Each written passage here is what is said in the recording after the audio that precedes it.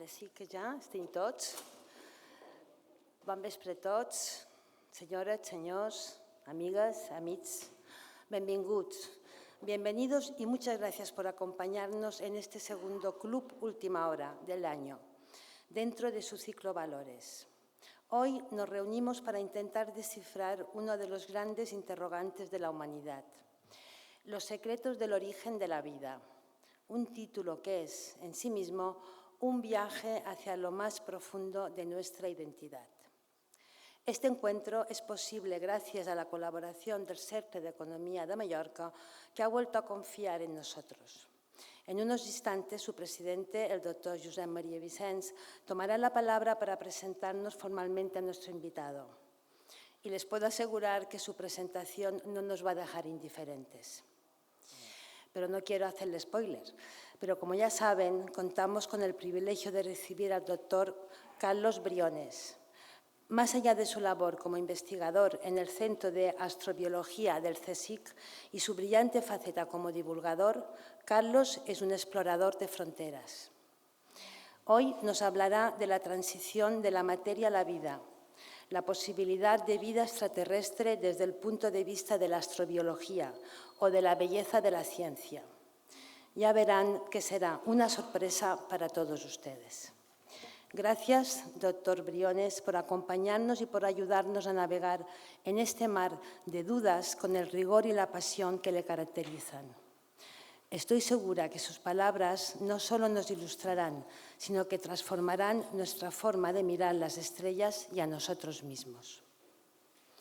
Finalmente, antes de ceder la palabra al doctor Vicens, quiero agradecerles a todos ustedes su presencia en este espacio de Subjup. Un aljibe mágico que hoy, como siempre, nos brinda Esbaluar Museu y que nos parece el escenario perfecto, un contenedor de agua y vida para hablar de nuestros orígenes. Muchas gracias.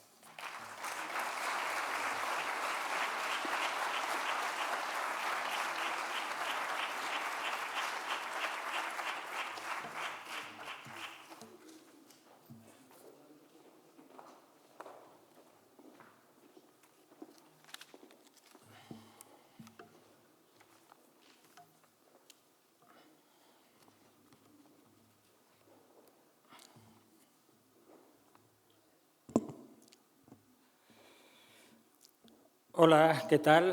Bon vespre a tothom. Muy buenas noches.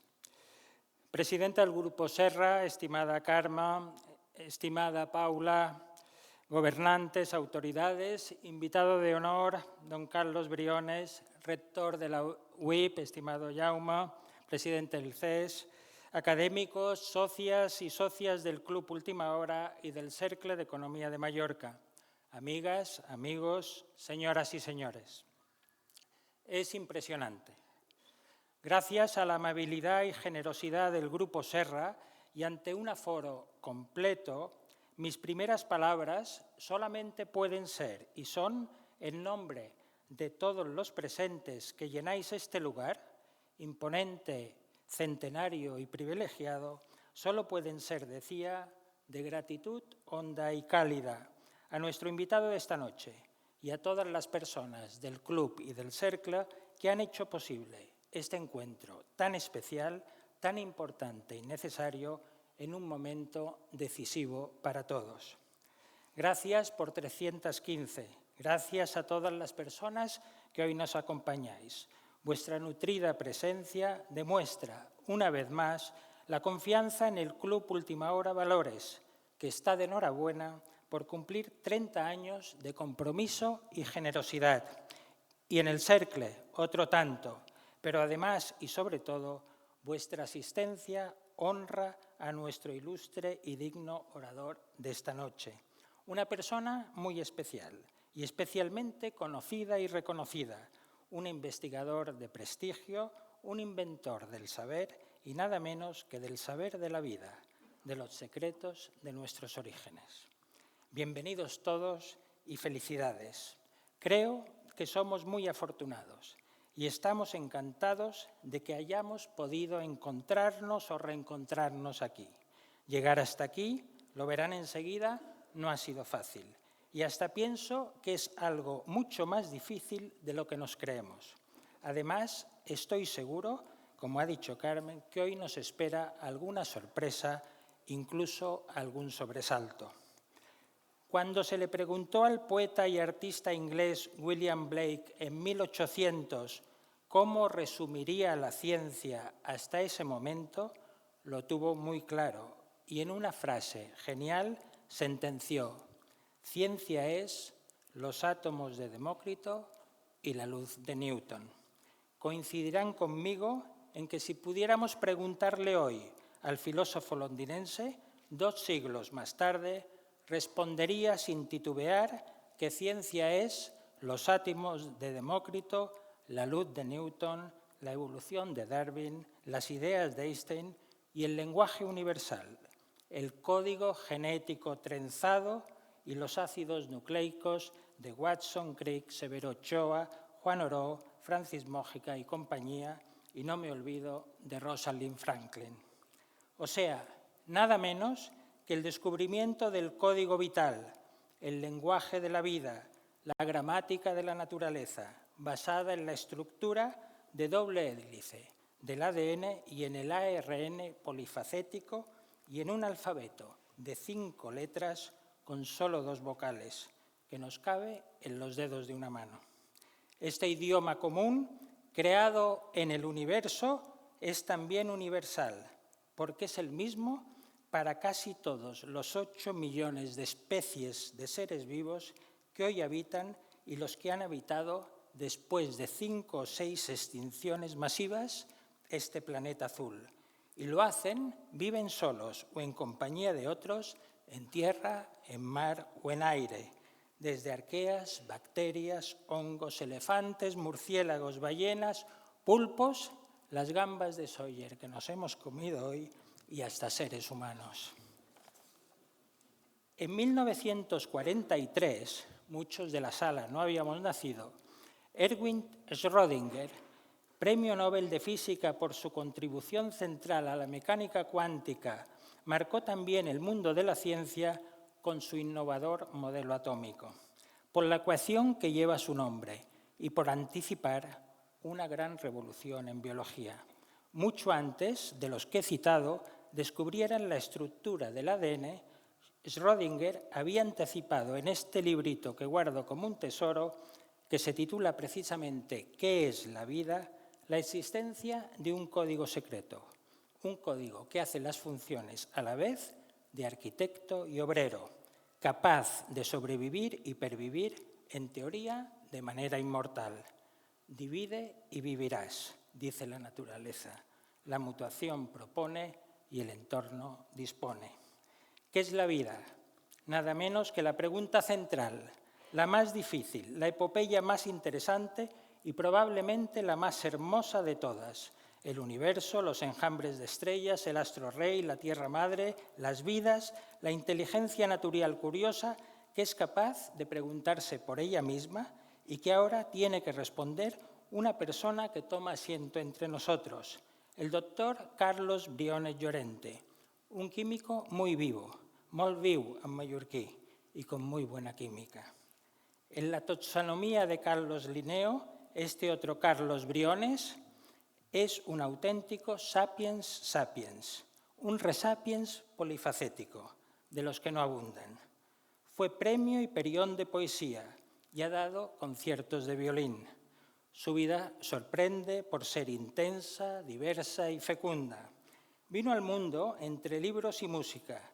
Su padre, Isacio, era pintor y su madre, María Ángeles, le gustaba como a su padre la música. Y lo hizo, nació, a solo 15 kilómetros de Atapuerca, muy cerca de los primeros europeos. Y él, como todos nosotros, lleva en su mosaico de genes un 2-3% de neandertal y un 8% de material vírico. Y con su microbiota íntegra ha aterrizado en esta isla a ocupar esta tribuna abierta en plena madurez intelectual y profesional, dejando tras sí, como una estela de los cohetes espaciales que tanto admira y le apasionan, un comentario unánime de reconocimiento a su brillantez, a los quilates de su espléndida obra y al fervor, claridad y limpieza de su extraordinaria personalidad divulgadora. A múltiples premios me remito, Ligi, Prisma o Confederación de Sociedades Científicas de España, y en los que cito textualmente, para no equivocarme, el jurado destaca el compromiso del premiado, de Carlos Briones, con la integración de ciencia, humanidades y las artes, siendo un ejemplo en la búsqueda de colaboración entre científicos y humanistas para enriquecer la comprensión del mundo. ¿Quién da más?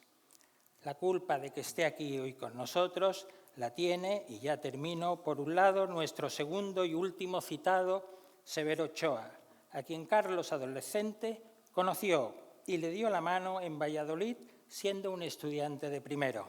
Aquel apretón le activó los genes de la pasión por el mundo ARN que también conoce.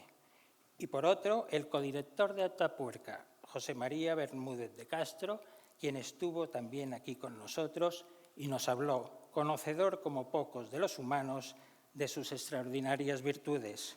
Con él, con José María y con Alberto Fernández, astrofísico, escribieron este otro libro, Orígenes, el universo, la vida y los humanos, 3 actos de la misma obra que ganó, no lo duden, otro merecido premio. Así, de esta forma, aquel niño inquieto y estudiante pluripotencial que fue, a bordo de su curiosidad, es hoy doctor en ciencias, en bioquímica y biología molecular, con una tesis sobre ribosomas. Conoce de primera mano que la pregunta más importante de ciencia es «no lo sé», y sabe que no está solo en el cosmos. Por eso trabaja en el Centro Mixto de Astrobiología, CSIC-INTA, asociado a la NASA. Ahora, en esta cisterna centenaria que custodia valores y repleta de expectación, en un baluarte que defiende la ciencia, la buena ciencia, y en un museo renovado de arte universal, no se me ocurre nadie mejor que él para responder a la pregunta central, para hablarnos de la vida, de vivir y convivir. Carlos Briones, una vida dedicada a la ciencia y una ciencia dedicada a la vida. Y nada más, estamos ansiosos por escucharle, yo el primero. Acabo como he empezado, agradeciendo, y permítanme un comentario final. La Tierra es una parte muy pequeña de un vasto universo, como lo es Mallorca, una parte muy pequeña del mundo, pero es nuestro único hogar. Ella y el Sol proporcionan los ingredientes necesarios para crear y mantener la vida y los recursos que sostienen nuestra sociedad. Por consiguiente, el conocer y comprender el viaje de la vida, cómo surge y hacia dónde va y hacia dónde vamos, son cruciales para nuestra supervivencia y nuestro bienestar. Muchas gracias, Carlos, por aceptar nuestra invitación a dúo, Club Última Hora y Cercla, y estar aquí haciendo de mensajero de la vida, como el ARN mensajero que también estudias. Muchas gracias por generar, con la C de Carlos, como el carbono, interacciones, enlaces fuertes, covalentes en el arte, la ciencia, la cultura y las personas. Y muchas gracias a todos los asistentes, a todos vosotros, por vuestra confianza, por vuestra paciencia, por vuestra convivencia y por vuestro interés. El conocimiento de la vida necesita sitios imponentes y hermosos, y este lo es, y personas comprometidas como Carlos, y esto es lo que vemos y sentimos desde este lugar privilegiado. Es un privilegio, pues, y una alegría excepcional y un honor cederte la palabra. Bienvenido, Carlos, bienvenidos todos al Club Última Hora y al Cercle de Economía de Mallorca. Muchas gracias.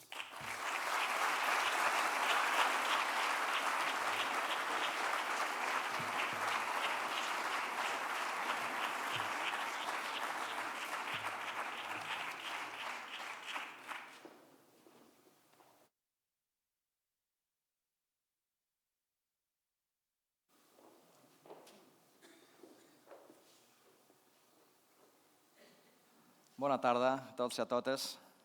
Y hasta ahí llega mi catalán, ya lo siento, pero bueno, lo he intentado. Bueno, muchísimas gracias por estar aquí.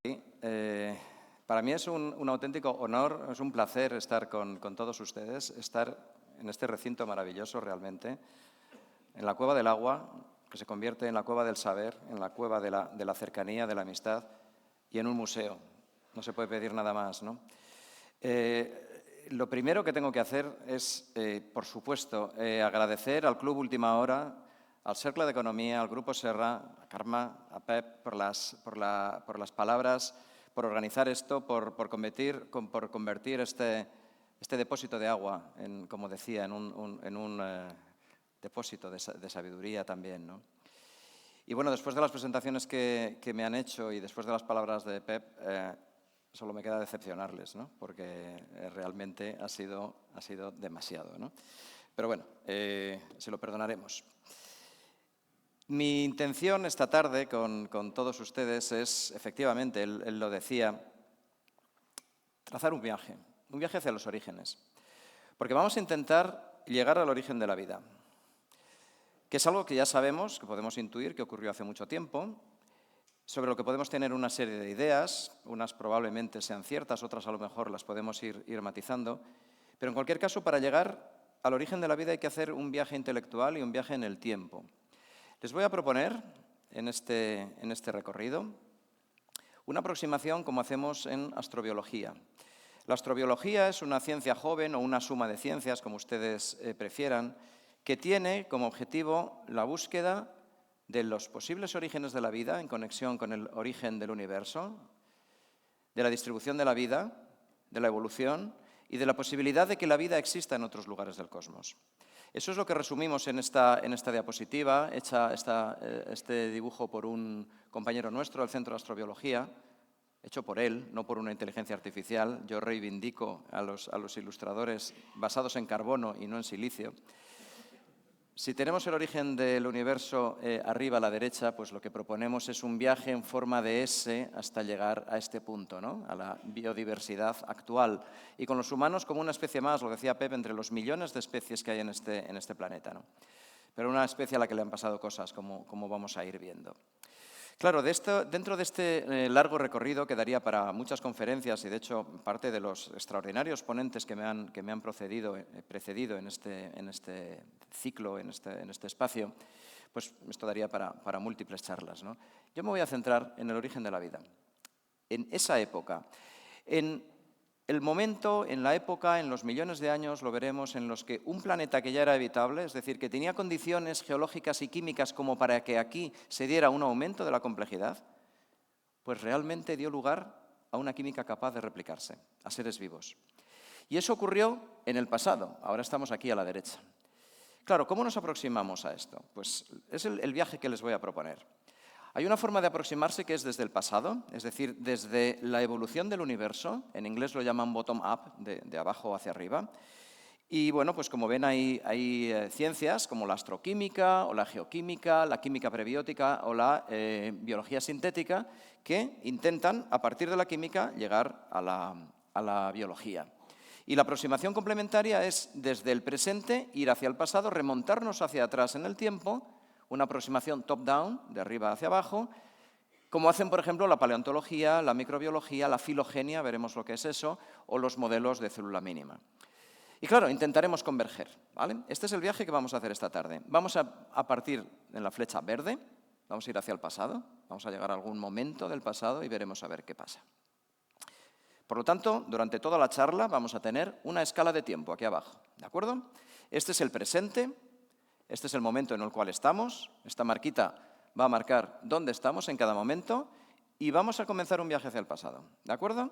La unidad, 1.000 millones de años, 2.000 millones de años, 3.000 millones de años. Les había advertido que íbamos a viajar mucho esta tarde, ¿de acuerdo?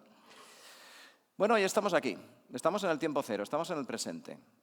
Somos 8.000 millones de personas abarrotando este planeta, acabando con sus recursos probablemente, entrando en todos los ecosistemas, alterando la biología que hay a nuestro alrededor. Bueno, eso requeriría también una reflexión ética, ¿no?, sobre qué estamos haciendo en el mundo, si lo estamos haciendo bien o mal. Pero el caso es que somos muchas personas. Y somos, o nos creemos, el centro no solo del planeta, sino del universo, ¿no? Aquel hombre de Vitruvio, ¿no? que tanto ha marcado nuestra forma de pensar. Bueno, hoy estamos aquí, este es nuestro presente como especie, pero, perdón, es muy sensible este mando, pero no estamos solos en este planeta, estamos rodeados, lo decía Pep también, de una gran biodiversidad, ¿de acuerdo? Una biodiversidad de la cual formamos parte como una especie más. No estamos ni más ni menos evolucionados, porque todos provenimos del origen de la vida, como veremos, y hay especies que son muy buenas adaptándose, por ejemplo, cambiando su metabolismo, o pudiendo hacer la fotosíntesis, o viviendo debajo de la tierra, o resistiendo grandes dosis de radiación. Nosotros nos hemos adaptado al medio, esa mutación que proponía y ese medio que dispuso, desarrollando nuestro cerebro, ¿de acuerdo? Y ahí, como representante de nuestra especie, pues he puesto a Marie Curie, que me parece una de las Homo sapiens más interesantes que ha habido en la historia del planeta. Bueno, y todo esto está aquí, en tiempo cero, ¿vale? Estamos rodeados de biodiversidad, perfecto. Vamos a ver qué pasa. Empezamos el viaje hacia el pasado, ¿de acuerdo? Estos somos. Ahí nos estamos mirando. Esos son todos ustedes. Somos Homo sapiens. Carlos Linneo, como también decía Pep, yo creo que fue poco humilde cuando nos puso el apellido Sapiens, ¿no? Dijo, bueno, somos los mejores, somos muy distintos del resto de la naturaleza, hemos seguido una evolución biológica y cultural en paralelo, cosa que otros seres no han hecho, y somos los que todo lo sabemos, ¿vale? Aquí estamos, tiempo cero, Homo sapiens, nuestra especie. Y es cierto que nuestra especie tiene una herramienta muy poderosa para transformar el mundo, nuestro cerebro, 86.000 millones de neuronas, ¿de acuerdo? Una cuarta parte de las estrellas que forman la Vía Láctea, ¿de acuerdo? El cerebro de 4 de ustedes tiene tantas neuronas como estrellas hay en nuestra galaxia, que forman redes muy complejas, que tienen unas capacidades extraordinarias, que tenemos un córtex prefrontal muy desarrollado, capaz de integrar la información de nuestros sentidos, de tomar decisiones, de hacer razonamiento profundo, pero que también tenemos un sistema límbico que nos conecta a los estímulos, a la emoción, a la pasión, y esas dos son las componentes de nuestra forma de ser. Esos somos los humanos, por eso hemos llegado hasta aquí. Por eso inventamos cosas, por eso soñamos, por eso escribimos poesía o construimos aljibes maravillosos para el agua.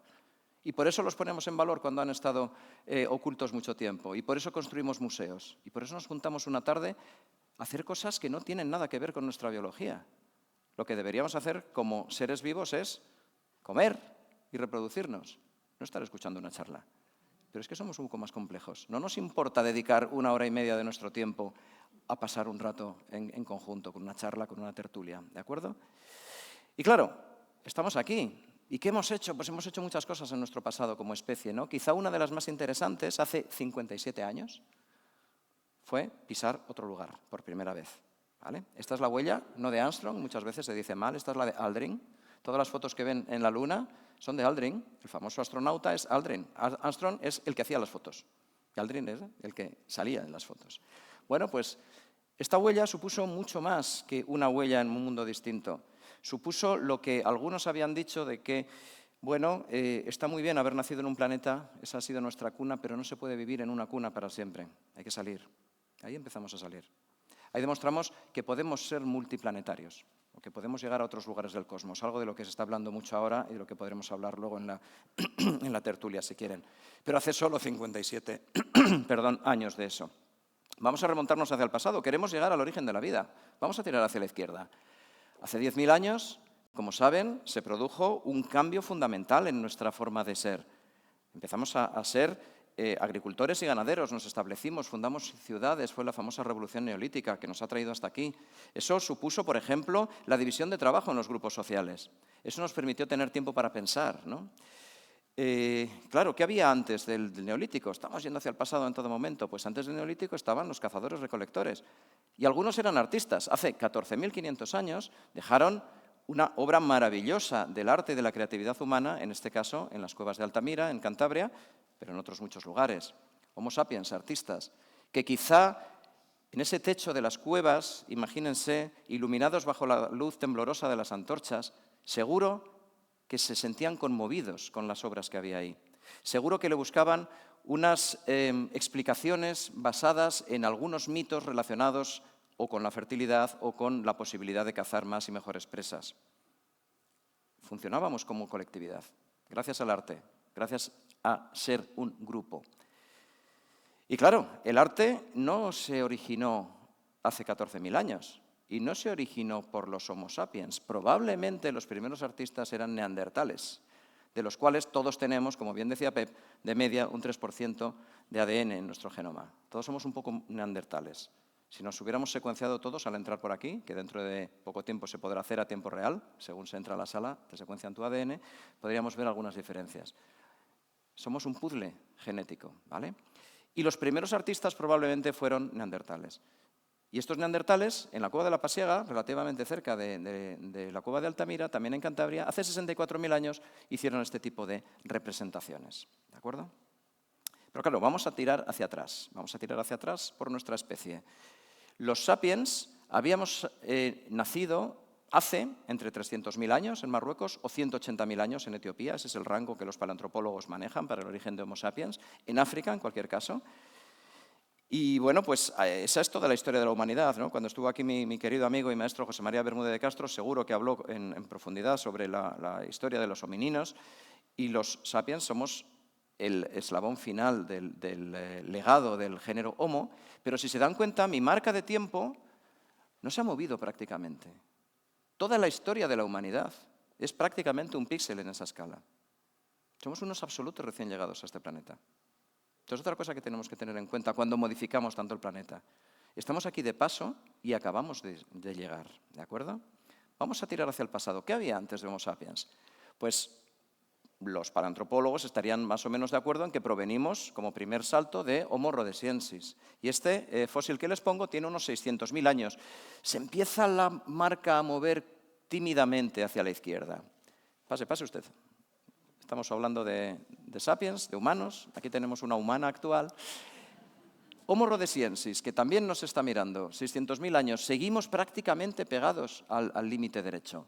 Vamos más para atrás. Mi queridísimo Homo antecesor. Yo como burgalés soy probablemente más sucesor de Homo antecesor que ustedes, pero es que ustedes también lo son. Porque este es probablemente el antepasado común, y José María Bermúdez de Castro, que fue quien le puso el nombre, que es la única persona viva que ha puesto el nombre a una especie de humanos, que se dice pronto, pero José María lo hizo, pues mantiene el proyecto de Atapuerca que Homo antecesor fue el ancestro común de Homo sapiens y de Homo neanderthalensis. Es decir, algo así era nuestro antepasado, ¿no? Antes de bifurcarse.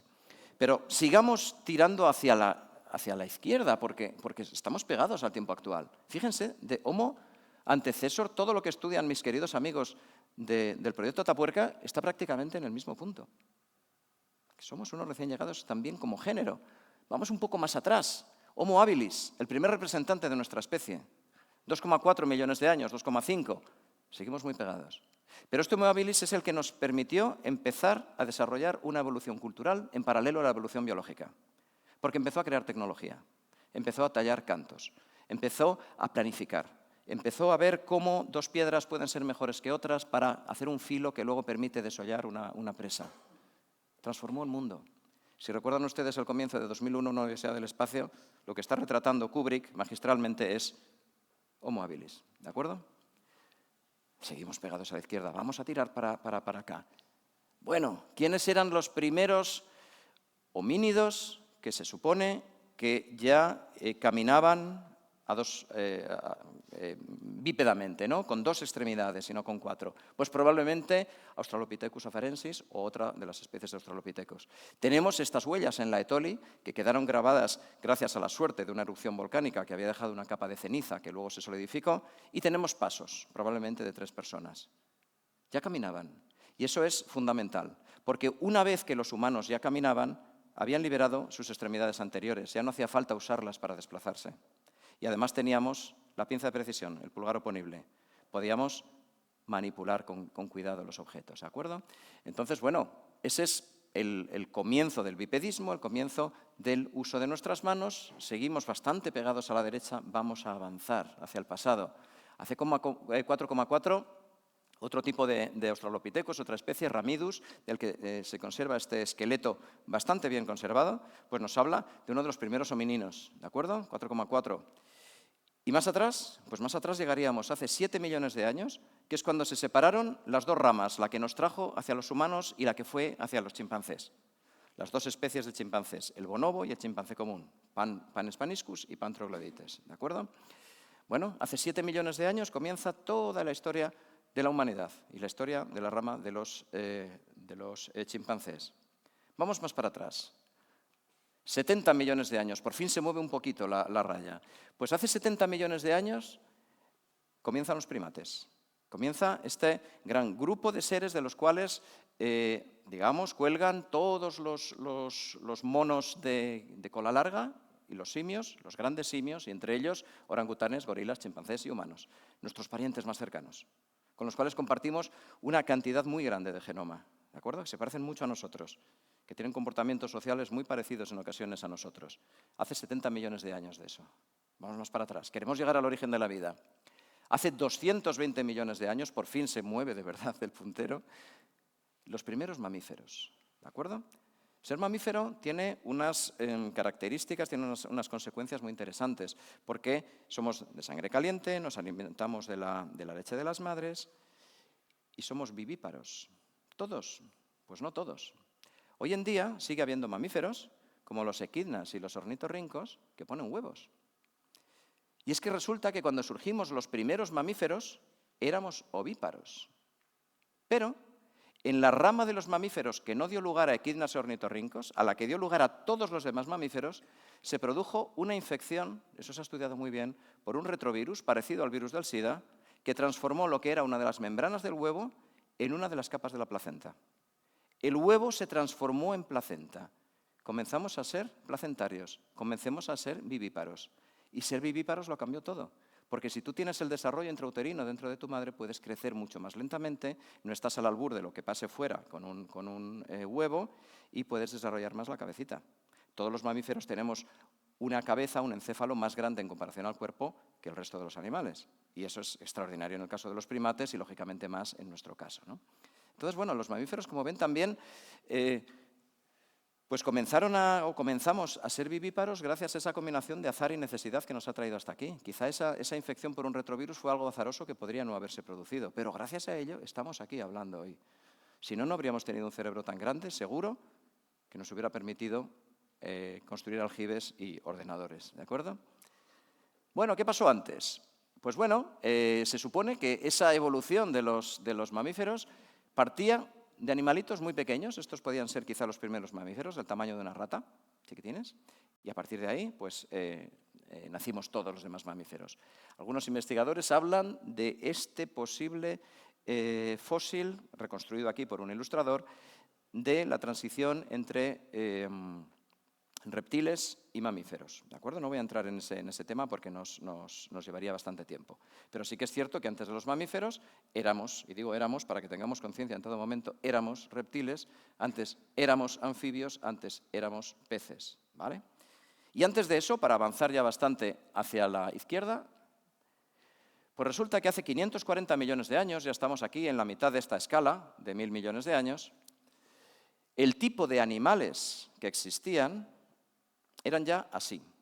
Eran seres que habitaban en el mar, que tenían partes duras, en las que se reconocen en los fósiles dientes, garras, corazas. Es decir, había depredadores y había presas, había seres que se comían entre sí, había relaciones ecológicas muy ricas, muy complejas y de las cuales somos herederos. Las gambas de Sawyer eran de estas, ya. Y eran todos con simetría, o casi todos, los surgidos en esa época con simetría bilateral, como somos nosotros, ¿de acuerdo? Antes de esa época, la fauna que había era muy distinta. Aquí están los ancestros de prácticamente todos los animales que existen en la actualidad, ¿vale? Pero antes, la fauna era así, ¿de acuerdo? La fauna de Ediacara, que se llama, era una especie de jardín submarino tranquilo en el que nadie se comía a nadie. Imagínense, un lugar paradisíaco, filtraban el agua. Algunos parecían hojas, pero son animales todos. Esos son los primeros animales, ¿de acuerdo?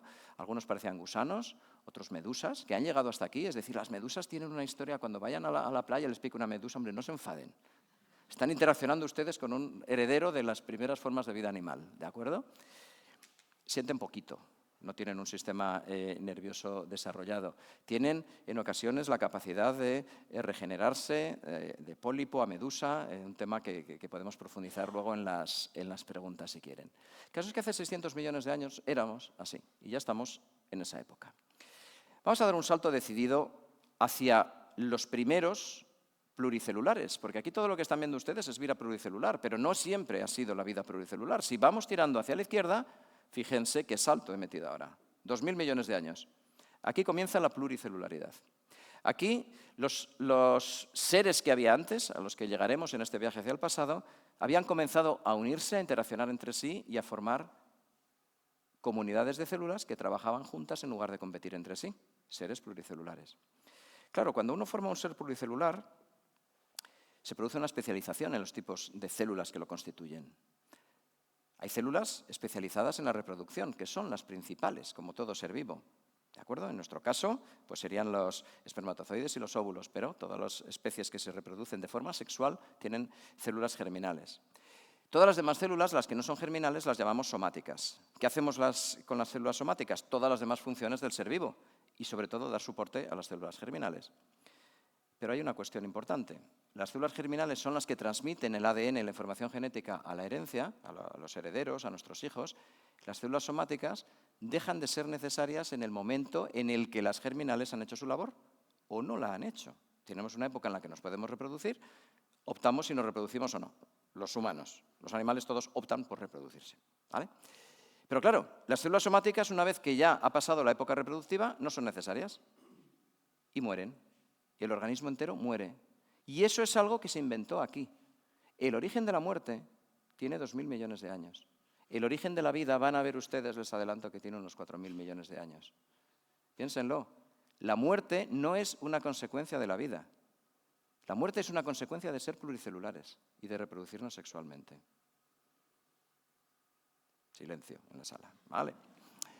¿Qué había antes? Pues antes de los pluricelulares se había creado, se había formado evolutivamente las primeras células eucariotas, con un núcleo, con orgánulos. Ahí fue fundamental el trabajo, lo hablábamos antes, de Lynn Margulis, de una gran bióloga evolutiva norteamericana que propuso la teoría endosimbionte de cómo bacterias pudieron entrar hasta formar una célula grande y compleja.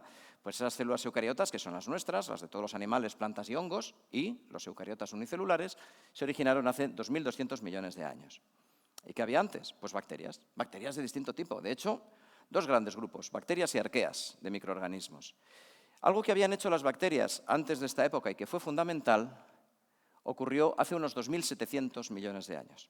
Un tipo de bacterias que se llaman cianobacterias y que tienen un pigmento cuyo color les resulta muy familiar, la clorofila, empezaron a hacer fotosíntesis. Estas son las que empezaron a producir oxígeno. El oxígeno que hoy respiramos lo comenzaron a formar las cianobacterias hace 2.700 millones de años. Cada molécula de oxígeno que respiramos, piénsenlo. Y el oxígeno ha seguido reciclándose en nuestro planeta. ¿De acuerdo? Hoy en día también producen oxígeno las algas y las plantas. ¿Pero saben por qué lo producen? Porque interiorizado dentro de la célula eucariota por endosimbiosis, cianobacterias. Es decir, los únicos productores de oxígeno en el planeta son cianobacterias, convertidas en cloroplastos, en algas y en plantas. Bueno, eso ocurrió en esta época, hubo cambios evolutivos muy interesantes, no voy a profundizar en ellos, y antes ¿qué teníamos? Pues comunidades de bacterias y arqueas de distinto tipo. Hace 3.000 millones de años sabemos que este era un planeta lleno de bacterias, ¿de acuerdo? Distintas formas, con distintos metabolismos, con distintas capacidades adaptativas, pero todo unicelulares. Esos no morían. Esos se dividían por bipartición. Y cuando una bacteria genera dos, no hay una madre y una hija. Son dos recién nacidas. No hay envejecimiento, no hay muerte. No era mala época para vivir. Lo que pasa es que debía ser una vida bastante aburrida, no nos engañemos. ¿De acuerdo? ¿Y hasta cuándo podemos ir hacia el pasado? Pues podemos utilizar la paleontología. Al igual que hacía José María Bermúdez de Castro en su charla, lo que pasa es que él, centrado en humanos, hay micropaleontólogos que estudian los fósiles de las primeras bacterias.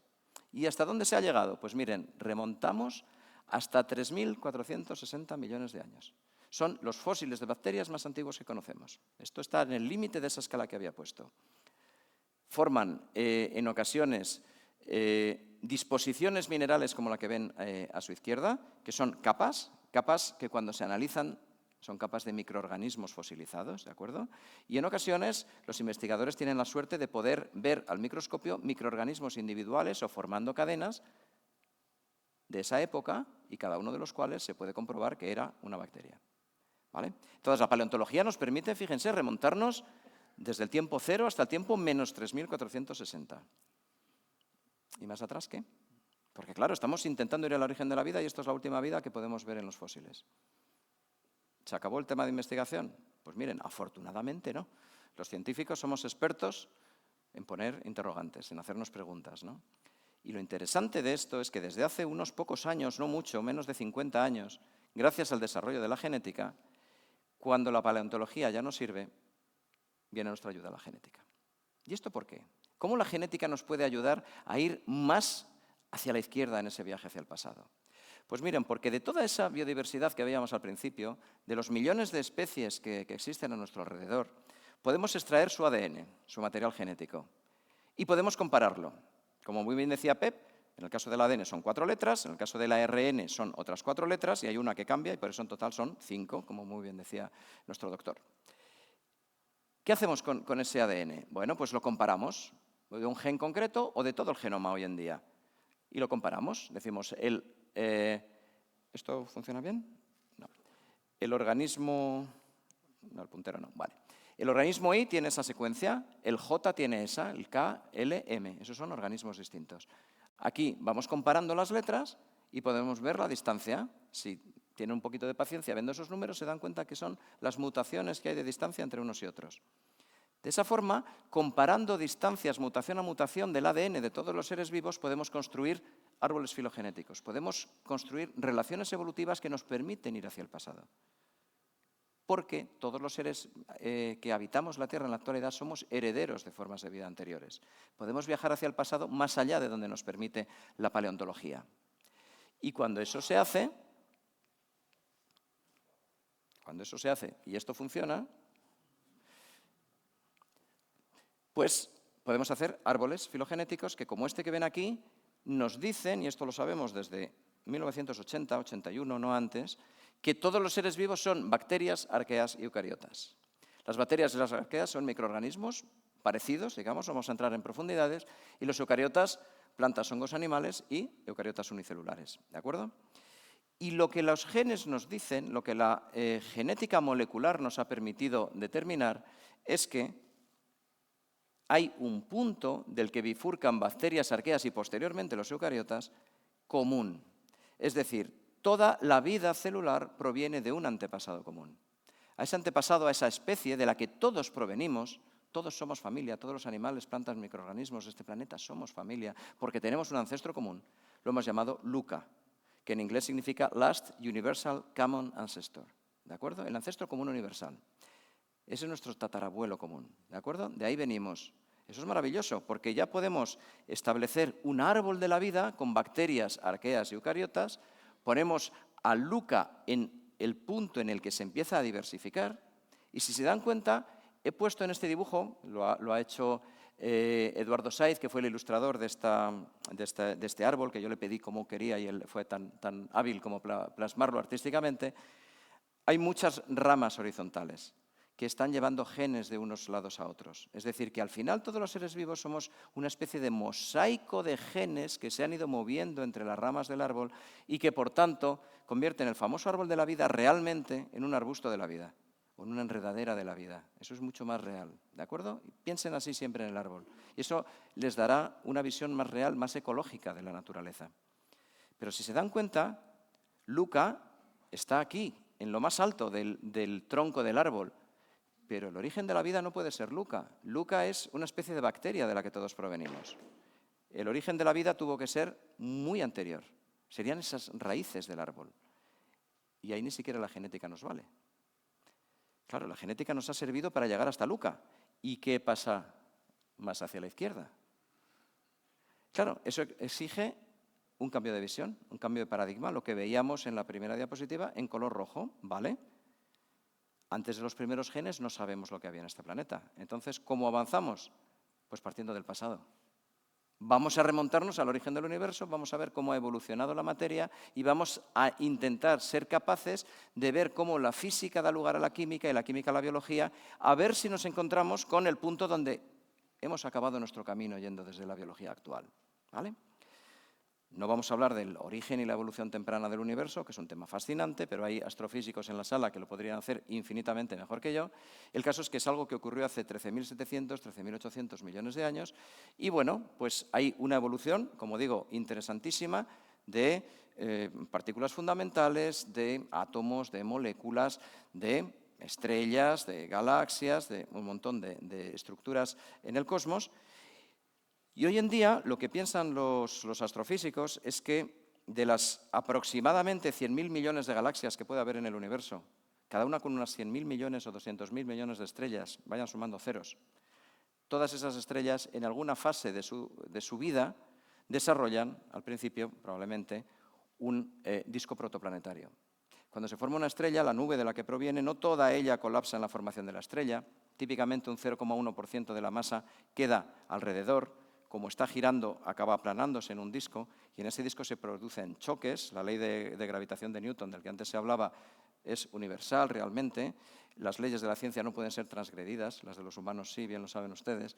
Pues la ley de la gravitación universal está funcionando en los discos protoplanetarios y está generando un fenómeno de acreción que forma planetas. Eso pasó aquí, eso pasó en nuestro sistema planetario y probablemente en todos. Y en la tercera órbita estable alrededor del Sol se fue conformando nuestro planeta, ¿de acuerdo? Y hace unos 4.540 millones de años, ese planeta que estaba en formación recibió un impacto gigantesco de un planetesimal muy grande, no como los fragmentos pequeños que lo habían formado. Era un planeta del tamaño de Marte, al que le hemos llamado Tea, que se chocó contra nosotros.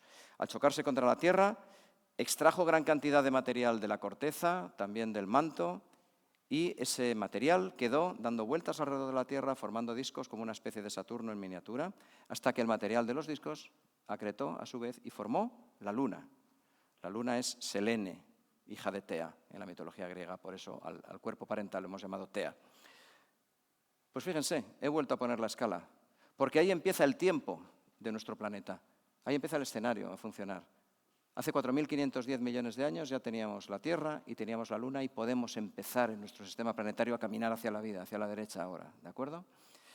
Nuestro planeta hace 4.500 millones de años, en el Adeano, que hemos llamado, era un lugar bastante infernal, con mucha temperatura debido a la desintegración radiactiva de los materiales del manto, con mucho vulcanismo, con mucha caída de meteoritos y núcleos de cometas que calentaban la superficie, de forma que lo que teníamos en el exterior era un gran océano de magma fundida, a unos 1.600 grados.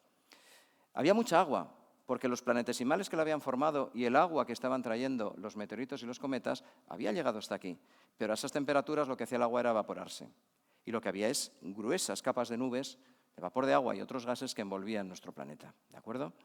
Cuando los procesos que lo mantenían tan caliente fueron cesando, el planeta se fue enfriando, el vapor de agua se condensó en agua líquida y empezó a llover, y llover, y llover. Y estuvo unos 100 millones de años sin parar de llover. Las tormentas de los últimos días son una broma, ¿no? Y al cabo de 100 millones de años lloviendo, el planeta se apagó, se habían formado islas volcánicas y se formó un gran océano. Un océano con agua. El mismo agua que sigue hoy en día formando parte de los océanos, el agua que desde las nubes llueve, el agua que se acumulaba en este lugar maravilloso. Es el mismo agua, el agua se está reciclando desde el principio. Pues ese agua ya existía en nuestro planeta hace 4.400 millones de años. Y cuando tenemos agua y tenemos química, puede empezar el camino hacia la vida. Tenemos condiciones, llamamos, de habitabilidad. Tenemos moléculas de distinto tipo, algunas basadas en carbono, tenemos agua, tenemos una temperatura moderada que permite reacciones químicas, es decir, bueno, podemos empezar a jugar a la química. En esta otra ilustración, a Eduardo Said le dio una serie de ingredientes que pensamos que había en la Tierra primitiva, hace unos 3.900 millones de años, cuando ya había mucha agua, y ven ustedes que teníamos también volcanes, caídas de meteoritos, charcos de agua templada, como decía Darwin, surgencias hidrotermales submarinas, materiales que salen de esas surgencias y entran en contacto con el agua, agua sucia, con minerales, con rocas y todo eso en interacción. Un lugar parecido a algunos paisajes de costa, ¿verdad?, que les pueden resultar familiares, pero todavía sin vida. Un lugar con geología y con química, pero sin vida. Entonces, bueno, ahí ya teníamos las características necesarias para que un planeta tenga vida y podemos unir las dos escalas, la que hemos estado manteniendo desde el principio y esta última del pasado hacia el presente. Y ahí, en esos 400 millones de años, más o menos, se produjo la transición entre la química y la biología. Ese es el tiempo en que lo no vivo se convirtió en vivo. Ya hemos podido, limitarlo en el espacio, en el tiempo. Sabemos más o menos cuándo ocurrió, ¿de acuerdo? Y sabemos, y ese es el campo de investigación del ámbito del origen de la vida actual, qué series de procesos moleculares pudieron ocurrir. ¿Vale? Vamos a hablar un poquito de todo eso en la última parte de la charla, ¿de acuerdo? Porque ya hemos logrado juntar las dos escalas. Claro, ¿qué investigadores empezaron a pensar sobre el origen de la vida? Porque, claro, aquí les he puesto resultados de bastantes décadas de investigación. ¿Quiénes aportaron las primeras ideas a cómo pudo surgir la vida en nuestro planeta? Pues nada menos que Charles Darwin, el padre de la evolución por selección natural. Fue todavía más original que en ese ámbito, porque ya Wallace estaba trabajando en lo mismo, como saben ustedes, en el siglo XIX, pues en las primeras ideas sobre el origen de la vida. Y esto es así porque en el último párrafo de esta obra del origen de las especies dice lo siguiente, es un párrafo delicioso.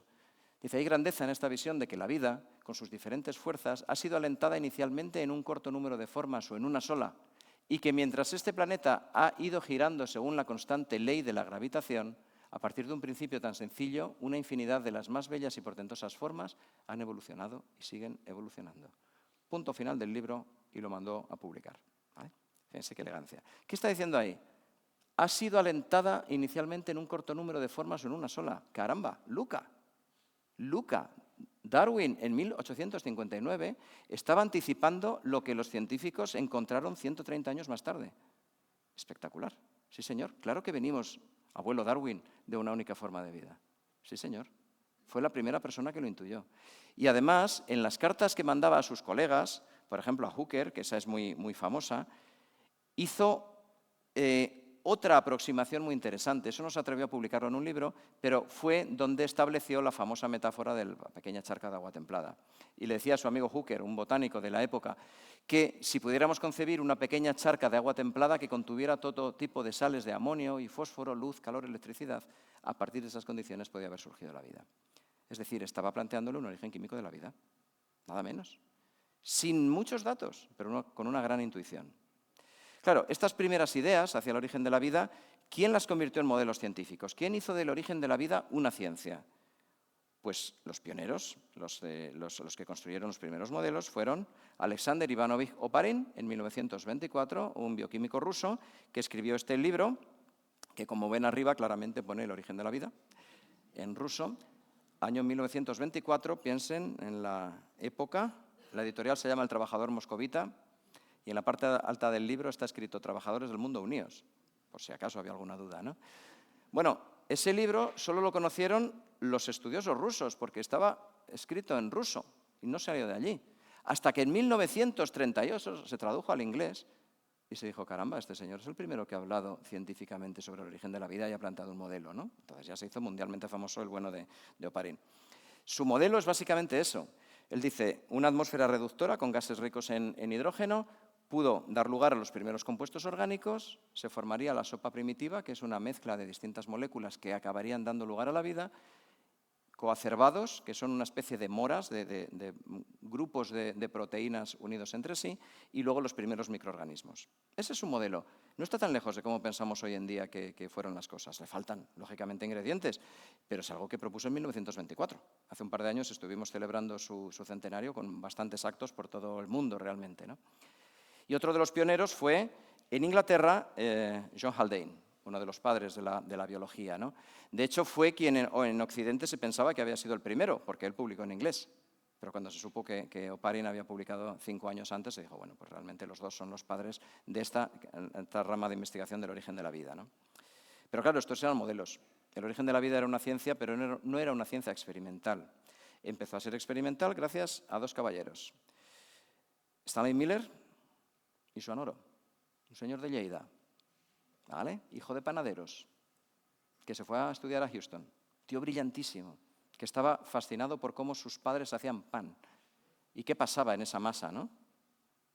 Y tenía una cabeza prodigiosa y se fue a Houston y fue uno de nuestros grandísimos científicos, Joan Oró, ¿no? Que estuvo por aquí, ¿no? Me decías, ¿no? Hace unos años. Tuve el placer de conocerle también y la verdad es que y a Miller también lo he podido conocer en congresos, ¿no?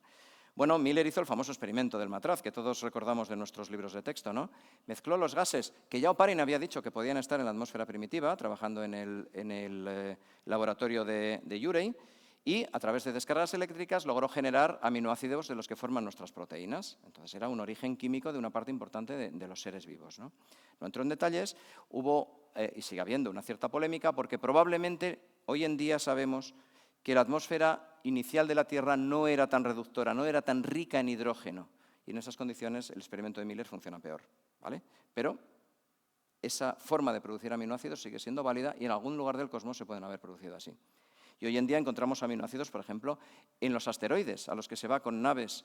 Estados Unidos y Japón han logrado llegar a asteroides y ven que ahí hay aminoácidos. Pues a lo mejor se han formado como dijo Miller, ¿no? ¿Y qué hizo el bueno de Joan Oró? Pues juntó 5 moléculas de ácido cianhídrico, que es un gas tóxico. El ácido cianhídrico en fase gas se llama cianuro de hidrógeno, eso nos mataría a nosotros, pero en disolución 5 moléculas de ácido cianhídrico forman adenina, que es uno de los componentes de los nucleótidos que forman los ácidos nucleicos. Es decir, entre Miller y Oró, digamos, propusieron los primeros modelos que nos llevan a las proteínas y al ADN y al ARN. Fundaron este ámbito que hoy en día llamamos química prebiótica, la química que está a medio camino de la vida y que, después de décadas de investigación, se ha complicado un pelín, ¿vale? A los que les guste la química en la sala, y sé que al menos hay un químico, disfrutarán mucho con un esquema de este estilo, ¿no?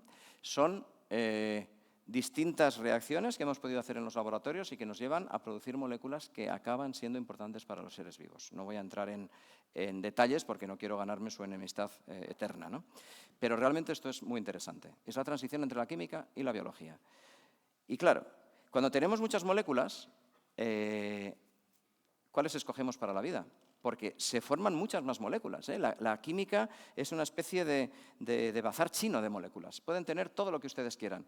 Al final la vida ha escogido unas poquitas. Ha escogido los aminoácidos que hacen proteínas, los nucleótidos que hacen ácidos nucleicos, los azúcares y los lípidos, lo que estudiamos en los libros. ¿Cómo se ha producido esa concentración hacia unas pocas moléculas que funcionen bien? Bueno, eso es lo que investigamos en el ámbito de la evolución molecular. Es uno de mis temas de trabajo en el laboratorio, ¿no?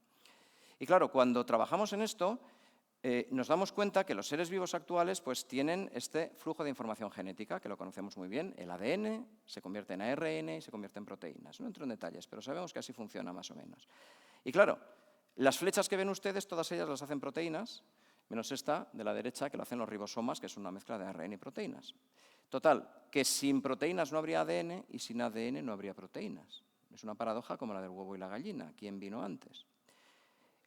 La investigación de las últimas décadas nos ha permitido ver qué funciones hacen estas moléculas. Y se ha visto que ADN, ARN y proteínas hacen distintas funciones en nuestras células. El ADN hace básicamente una, que es llevar información genética. Las proteínas básicamente dos, que es catalizar reacciones, acelerarlas para que puedan producirse en nuestras células y construir estructura de organismos. Pero el ARN es como una navaja suiza, hace de todo. Por eso pensamos que quizá el ARN fue anterior.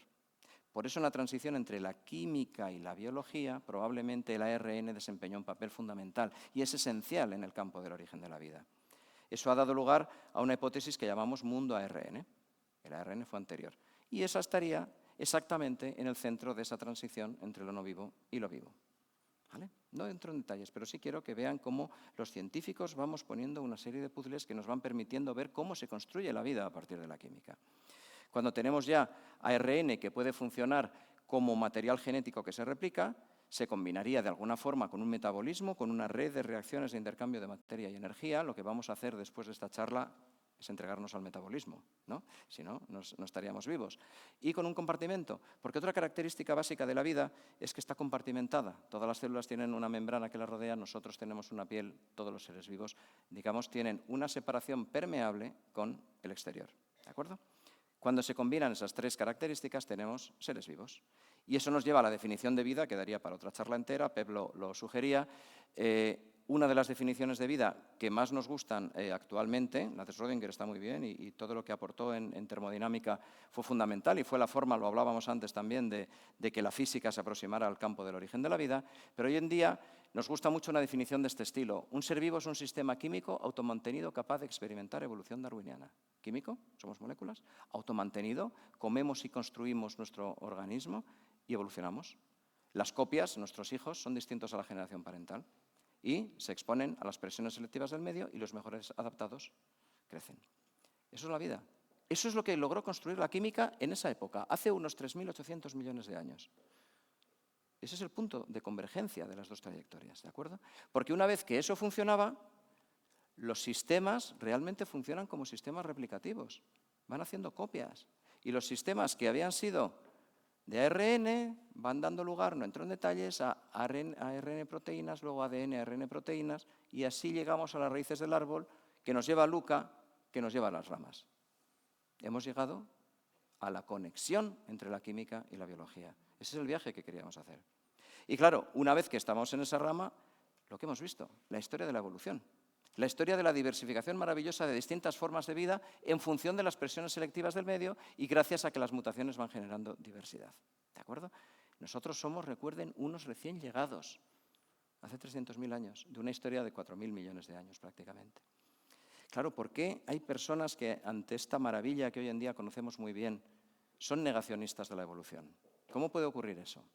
Pues ocurre, y se puede explicar de una forma relativamente sencilla, por el hecho de que si imaginamos esta película de la vida, como los rollos de celuloide, que nosotros sí hemos conocido, las generaciones modernas no, pero rollos de celuloide de un almacén de cine, pues tendríamos 3.900 rollos de cine, cada uno de 1 millón de años, ¿de acuerdo? Esa es la historia de la vida en nuestro planeta. Si desenrollamos cada uno de los rollos, tendríamos 1 millón de años de película. ¿Nosotros cuánto vivimos? Como mucho, 100 años. Si nos cuidamos bien, un poquito más. 100 años es un fotograma de la larga película de la vida. No entendemos la evolución porque somos un fotograma de la evolución. Porque no tenemos una visión, gran parte de las personas, los que son negacionistas de la evolución, no son capaces de mirar desde fuera de su fotograma y saber que somos el resultado de una trayectoria, de un proceso evolutivo que nos ha traído hasta aquí.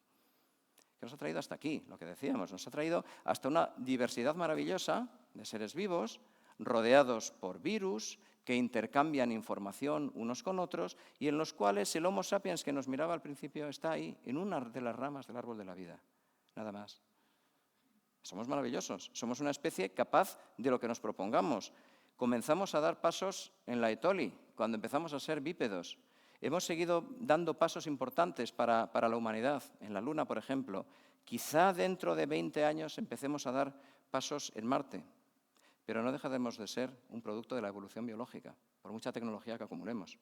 Y la evolución biológica es un árbol, no lo olviden nunca. De hecho, hay artistas que intuyeron que era un árbol mucho antes de que lo dijeran los científicos.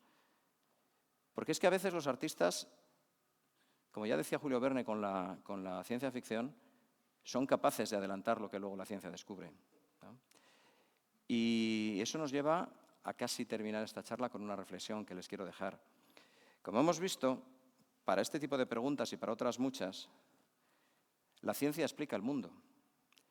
Pero había un gran autor de ciencia ficción llamado Stanislav Lem que completaba esta frase diciendo: pero solo el arte nos puede reconciliar con él. Muchas gracias.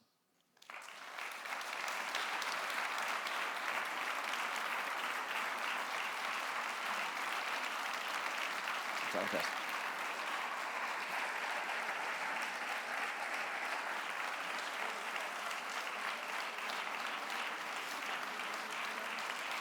Muchas gracias.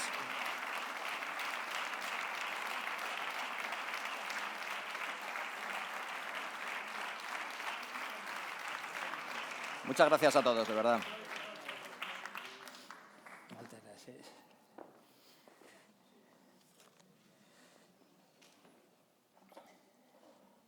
Lo dejamos en esta, ¿no? Bueno, pues muy bien, Carlos. Después de tu presentación he intentado estar al menos a la altura. Porque, bueno, claro, ha estado muchísimo mejor que la presentación y no nos has defraudado. La verdad es que yo creo que podemos dar paso de entrada a la gente. Hay mucha expectación en la sala y habrá preguntas y después, si acaso, sintetizamos. O sea que si hay preguntas, veo que se levantan manos. Una aquí y otra por allá abajo. Lo primero, enhorabuena por la conferencia, muy interesante. Me surgen dos dudas.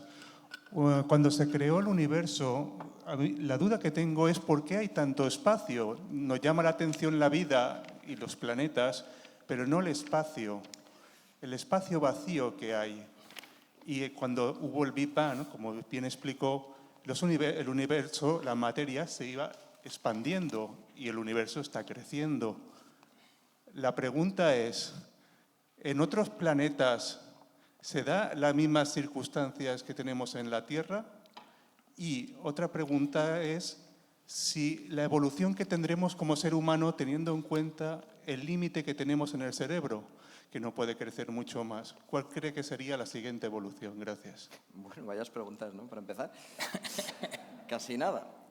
Bueno, del origen del universo hay personas en esta sala que saben infinitamente más que yo. Hay personas que incluso son capaces de detectar ondas gravitacionales. Son ustedes unos privilegiados viviendo en la misma isla que Alicia Sintes. Y que grandes astrofísicos, cosmólogos, físicos teóricos, como el señor rector de la Universidad de las Illes Balears. Poco puedo decir yo, pero sí que fue una gran expansión, no una gran explosión, que surgió simultáneamente la materia, la energía, el tiempo y el espacio. Antes no había nada, quizá, dicen mis amigos físicos teóricos, unos campos cuánticos en los que todo puede ocurrir, y una fluctuación cuántica del vacío originó todo. Eso es maravilloso cuando me explicáis los que sabéis de esto, ¿no? Bueno, originó cosas de las que se puede estar hablando aquí durante semanas, lógicamente, pero el punto final del universo, tiene usted razón en que es básicamente espacio vacío. O sea, el universo lo que más hay es vacío. Entre los planetas, entre las estrellas y entre las galaxias ya ni lo contamos. Y además el universo se está expandiendo de forma acelerada, el espacio que se va creando durante la expansión está creciendo. Entonces, bueno, lo más probable, cuando pones el punto del universo, es estar en el vacío. Y además es estar en un vacío muy vacío, 10 a la menos 10 atmósferas a lo mejor. La segunda reflexión o pregunta era si en los demás planetas ha podido ocurrir lo mismo que en la Tierra. Bueno, esa es la pregunta que nos hacemos, ¿no? Porque hay, se lo decía, puede que haya en el universo 10 a la 23 planetas, ¿no? A los que les guste la química de la sala, recuerden que 6,02 por 10 a la 23 es un mol, eso aprendíamos, ¿verdad? Pues hay más o menos un mol de planetas en el universo, es una regla para recordarlo. Claro, entre un 1 seguido de 23 ceros de planetas tenemos opciones para todo lo que nos dé la gana pensar. Decía Carl Sagan precisamente que si estamos solos en el universo sería un terrible desperdicio de espacio, ¿no? Porque hay muchas opciones para no estar solos, para que algún tipo de vida se haya desarrollado. Lógicamente, muchos de esos planetas están probablemente en torno a estrellas que tienen fulguraciones muy energéticas y que aniquilarían la vida, pero otros muchos están en estrellas muy pacíficas, muy tranquilitas como la nuestra, y que si además están a la distancia correcta de la estrella pueden tener agua líquida en la superficie y tenga, por tanto, condiciones de habitabilidad, como empezó a tener nuestro planeta, lo hemos visto hace 4.000 millones de años. O sea, opciones para la vida hay muchas. También hay opciones para la vida en muchas lunas, en muchos satélites de planetas gigantes de gas que tienen una dinámica que les ha permitido tener océanos de agua interiores. Eso lo sabemos en nuestro sistema planetario, al menos Europa y Encélado muy bien, probablemente Ganímedes y Titán también. En esos lugares puede haber vida también. O sea, que hay muchas opciones para la vida. Y claro, ¿la vida puede haber generado seres humanos en otros lugares? Pues es menos probable. Han visto toda la serie de procesos de azar muy resumidos que he contado en esta charla, ¿no? Es mucho más probable que se haya originado vida microbiana a vida eucariota, a vida pluricelular, a animales, a primates, a humanos. Cuanto más hemos ido hacia la derecha en la charla, más improbable es que algo parecido haya ocurrido en otros sitios, porque hay muchos eventos de azar. Entonces, quizá no estamos solos en el sentido de que hay muchos microorganismos, quizá sí estamos solos en cuanto a que no haya otros seres tecnológicos. Pero recuerden, un 1 seguido de 23 ceros de planetas, quizás sí que hay seres tecnológicos. Quizás sí que pueden comunicarse con nosotros. Quizá lo que nos dice la ciencia ficción es cierto. Y Contact, aquella famosa película maravillosa con Jodie Foster, ¿no? Y con guión de Carl Sagan, pues puede ocurrir algún día, ¿no? Entonces, bueno, pues hay que estar abiertos, pero la realidad es que a día de hoy no se ha encontrado ninguna señal de vida extraterrestre. Aquí había otra pregunta. Buenas tardes. Funciona. Una pregunta. Para mí ahora es más enigmático, no el origen de la vida, porque los científicos han llegado ya al extremo y parece que no tiene más explicación, pero es más enigmático actualmente el origen de la razón, el ser humano racional. ¿Desde cuándo se puede decir que tuvo su origen el ser humano que nos ha separado de los chimpancés, de nuestros hermanos simios? Hay una película de Charlton Heston que me parece que es El mundo de los simios, que es una fantasía. Si ahora en lugar de nosotros estuvieran aquí gobernando los simios. Para usted, ¿cuándo se da en el hombre el origen como ser racional? Que ha evolucionado muy mal, porque actualmente vemos que más que un ser racional es un ser bárbaro, ¿eh? Nos estamos matando todavía unos a otros en la guerra de Oriente Medio. ¿Qué le parece a usted todo esto? Sí, esa también es una reflexión interesante. Claro, en esa historia evolutiva compartida con toda la vida, ¿cuándo empezamos a ser como somos, ¿no? ¿Cuándo tenemos autoconsciencia, ¿no? Pues pensamos que los cambios fundamentales se producen desde el momento en que creamos tecnología, que Homo habilis, como hemos visto, hace 2,4, 2,5 millones de años comienza a tallar piedras y comienza a desarrollar su cerebro, ¿no? En paralelo a la precisión y a la perfección de las herramientas se ve que hay un aumento progresivo del tamaño cerebral. Y ese va en aumento a lo largo de toda la evolución humana. Todos los Homo, todos los miembros del género Homo han ido aumentando progresivamente su cerebro. Seguro que habló sobre ello José María. Hasta el límite de tamaño que fue en los neandertales, precisamente. Los neandertales tenían un cerebro más grande que el nuestro. Más grande que el nuestro. En Homo sapiens la media es 1.350 centímetros cúbicos de cerebro, 86.000 millones de neuronas, córtex prefrontal, como decíamos, que es lo que nos convierte en seres racionales, conscientes y con conciencia. Eso se estima que puede ocurrir entre los 200.000 y los 100.000 años en el pasado. Empezamos a desarrollar un lenguaje articulado, empezamos un poquito más tarde a crear arte, como hemos visto, no solo nosotros, en paralelo con los neandertales, con los que nos estábamos hibridando, o sea, nos hemos hibridado, hemos tenido relaciones sexuales Homo sapiens con Homo neanderthalensis y con denisovanos, ¿vale? Esas tres especies se sabe que han compartido ADN, tenemos trocitos en nuestro genoma, como decíamos. Es la prueba del delito, ¿no? Si hay trozos en nuestro genoma es que ha habido interbreeding, dicen los ingleses. Entonces, bueno, sapiens y humanos modernos, sapiens y neandertales, desarrollaron probablemente las mismas adaptaciones al medio y, por tanto, generaron una consciencia y una conciencia, crearon arte, tenían simbolismo, se adornaban, enterraban probablemente a sus muertos. Saben ustedes que en Atapuerca, uno de los yacimientos más famosos, la Sima de los Huesos, que ha dirigido el profesor Juan Luis Arzuaga, se encuentran en ese agujerito 29 cadáveres de preneandertales de hace 430.000 años. Parece que están arrojados voluntariamente. Y se encontró además un bifaz, ¿no?, de cuarcita roja, al que llamaron Excalibur. Quizás es una ofrenda ritual. Si eso es así, es el comienzo de la trascendencia, ¿no? Es el primer momento en el que pensamos que vamos más allá de la muerte, ¿no? Entonces, eso tiene que ver con el origen de la racionalidad. Depende de los ingredientes que le queramos poner a ser racionales, pues empezaríamos a ser quizá protorracionales hace 400.000 años y a ser ya racionales del todo hace unos 100.000 años, ¿no? Pero sí que es cierto que hoy en día, viendo los telediarios, parece que lo irracional está agazapado dentro de nosotros y que basta que haya cuestiones geopolíticas extremas como las que hay ahora para que nuestro carácter de primates territoriales, que es lo que somos, salga a relucir, ¿no? Quizá no somos más violentos probablemente que los chimpancés. Los chimpancés saben ustedes que son muy violentos. Los chimpancés son tremendamente violentos, los más violentos. Los gorilas y los orangutanes son bastante tranquilos. Los chimpancés son bastante macarras, se pegan tal. Los bonobos tienen un matiz, que quizá lo saben ustedes también. Les encanta el sexo. Lo habrán visto en los reportajes. Hasta el punto que los machos pueden estar pegándose, pero a matar, paran un momento, se miran a los ojos, hacen lo que ustedes piensan que hacen durante un ratito y luego se siguen pegando.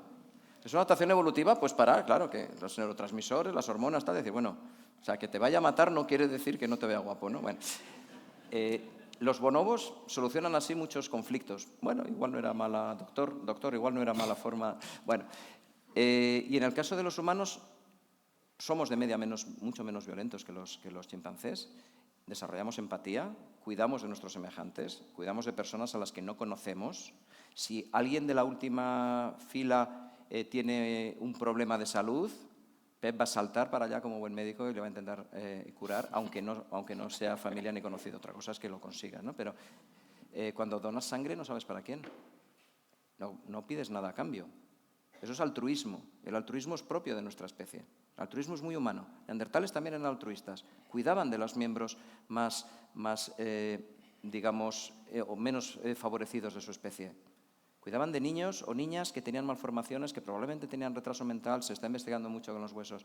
Ese altruismo es una cosa muy humana. Hay mucha bondad en los humanos. Pero basta que haya unos poquitos con armas de destrucción masiva para que el conjunto nos parezca que somos extraordinariamente violentos, ¿no? Piénsenlo. De los 8.000 millones de personas que hay, unos poquitos son violentos. Pero, claro, son los que acoparan los informativos, ¿no? Lamentablemente.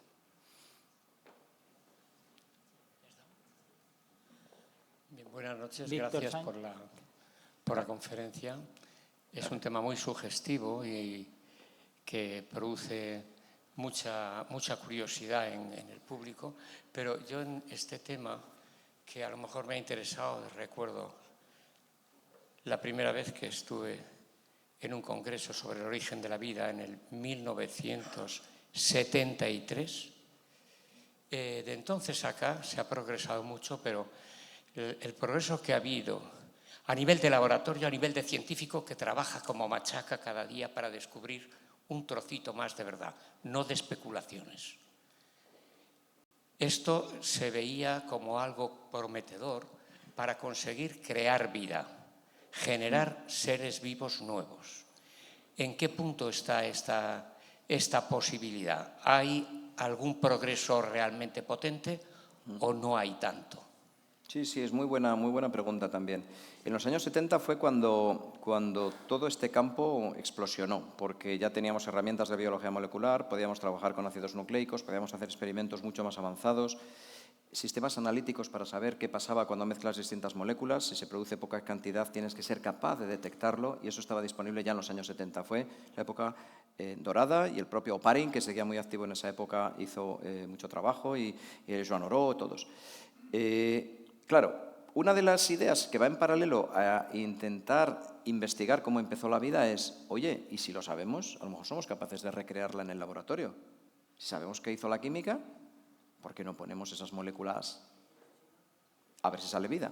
Bueno, pues eso se hace, ¿no? Ese campo se llama biología sintética. Se intenta sintetizar vida en el laboratorio. Es dificilísimo. A la naturaleza le llevó 400 millones de años, lo han visto ustedes, más o menos, de la química a la biología. Escogió una serie de moléculas, pero podía haber escogido otras.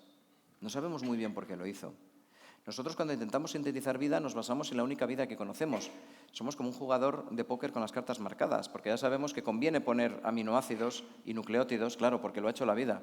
Lo elegante sería ser capaces de construir una vida con ingredientes distintos. ¿Pero cuáles conocemos? Los de la vida terrestre. Por eso también sería interesante encontrar alguna forma de vida fuera de la Tierra, que, por ejemplo, estuviera basada en otro tipo de moléculas. Sería interesantísimo, porque dices, bueno, mira, ya hay dos formas de llegar a seres vivos definidos, como decíamos, como replicativos y que evolucionan, ¿no?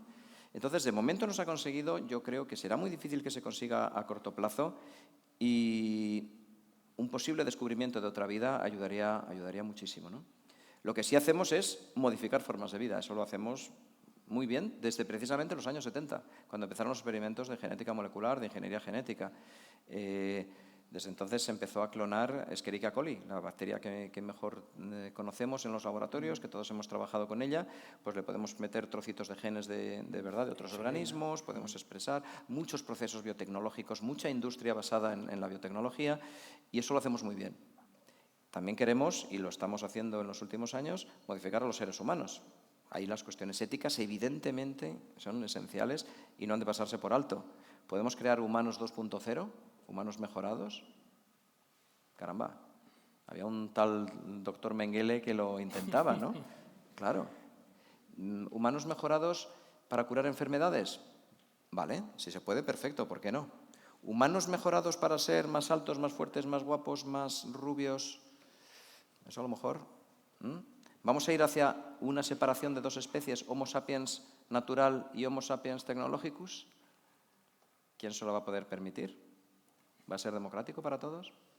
Hoy en día las técnicas de manipulación genética, el sistema CRISPR-Cas, que es una tecnología que Francis Mojica descubrió en bacterias y que Charpentier y Doudna llevaron a estrategias terapéuticas, por lo que recibieron el premio Nobel, pues eso nos permite tocar genes, cambiar un nucleótido por otro, es una especie de típex, te has equivocado en una letra y cambias una A por una T y la enfermedad está curada. Hay casos maravillosos en la literatura reciente, en los últimos 2-3 años, con un matiz. Cada persona que se ha podido curar de esas enfermedades ha costado $3 millones. Doctor, ¿es una terapia algo que cuesta $3 millones? Claro, ¿cuántos se lo pueden permitir? Probablemente nadie. 2-3 personas, los multimillonarios del mundo. Claro, ¿qué repercusiones éticas puede tener eso? Eso abre unas puertas, es decir, la creación de vida en el laboratorio, la biología sintética es, digamos, menos polémica, porque como mucho se crearía una especie de burbujita de vida, una especie de bacteria muy sencilla que como la pongas en el medio se muere, porque no va a ser nada robusta en comparación con la naturaleza. Pero la modificación de la vida es otra historia, sobre todo la vida humana, o la clonación humana. Desde que se clonó la oveja Dolly, hace ya un par de décadas, estaba puesta a punto la tecnología para poder clonar humanos con muchos matices. Hay que tirar muchos embriones que no funcionan, claro. Bioética, por supuesto, eso no se puede hacer en humanos. No sé si se ha intentado hacer en algunos países con menos restricciones que afortunadamente tenemos en Europa, ¿no? La clonación de humanos, la modificación de humanos, esos son temas donde, por eso también es interesante esa relación entre las ciencias y las humanidades. Son temas donde la ética es fundamental, donde la filosofía, el derecho, la sociología convergen necesariamente con la genética molecular. Entonces hay que ir juntos hacia allá, porque si no hay una legislación para eso, si no hay unas barreras éticas que nos digan a los investigadores, que ya las llevamos de serie todas, pero que nos recuerden que no todo lo que se puede hacer se debe hacer, ¿no? Ese tipo de reflexiones yo creo que nos las tenemos que hacer constantemente y cuanto más avance la tecnología, más presente lo tenemos que tener, porque hay más cosas que se pueden hacer. Entonces, bueno, pues hay que, digamos, seguir insistiendo en eso.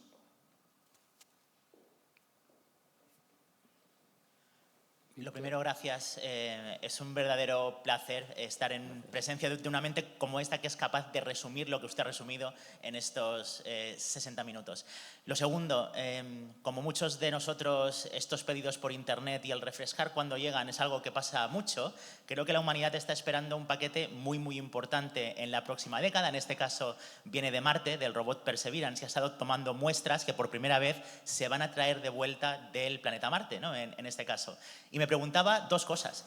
¿Qué le gustaría encontrar en estas muestras que nos van a devolver de Marte estas misiones espaciales que confirmarían mucho de lo que hemos visto hoy? Y más interesante, ¿qué le gustaría encontrar que desmontaría algunas de las cosas que hemos dicho hoy y que, por fortuna, ¿no?, la ciencia se rinde a la nueva evidencia? Y me preguntaba, pues eso, ¿no?, ¿qué espera encontrar y qué le gustaría encontrar que nos espera? Gracias. Muchas gracias. Lo primero que espero es que sea una realidad la traída de muestras de Marte, porque ahora mismo está interrumpido el proceso. Probablemente a ustedes les suena que hace 1 año y 1 mes las cosas cambiaron en Estados Unidos. Y uno de los efectos que ha tenido, menos espectacular, afortunadamente, que lo que está ocurriendo en el mundo, es el freno que ha supuesto a la ciencia global de Estados Unidos, en particular a la investigación de la NASA. Hasta el punto que el programa de retorno de muestras, Small Sample Return, las muestras que efectivamente Perseverance ha estado recogiendo y sigue recogiendo en unos tubitos de material del suelo marciano de esta longitud y de un diámetro como un dedo, un poquito más, que están por allí, están en sitios marcados, saben dónde habría que ir a recogerlas, pues ahora mismo no hay financiación para eso. Entonces, a día de hoy, la respuesta es no van a venir nunca. Esperamos que sí. Porque en paralelo, China está desarrollando un programa de traída de muestras y le va a adelantar por la derecha a Estados Unidos. seguro. Entonces, China ya tiene preparado China está siendo absolutamente exitoso en la exploración espacial en los últimos años, ha sido el protagonista de las misiones robóticas a la Luna, ha llegado a Marte al primer intento, lo ha hecho muy bien, con Zhurong, y bueno, pues a lo mejor dentro de 5 o 6 años, quien trae muestras de Marte es China y no Estados Unidos. En cualquier caso, cuando vengan, ¿qué me gustaría encontrar? Vida. Me gustaría encontrar señales de vida, me gustaría encontrar evidencias incontrovertibles, es decir, que le pasemos todos los filtros del método científico, que lo analicemos en profundidad y que acabemos diciendo esto es vida. Y es vida además distinta de la Tierra. Porque tú imagínese, ya que tú me has tratado de usted, yo te trato de usted también, que encontramos una forma de vida, se secuencia, a ver qué ADN tiene, se mete en nuestros árboles filogenéticos, a ver dónde mapea dentro del árbol de la vida.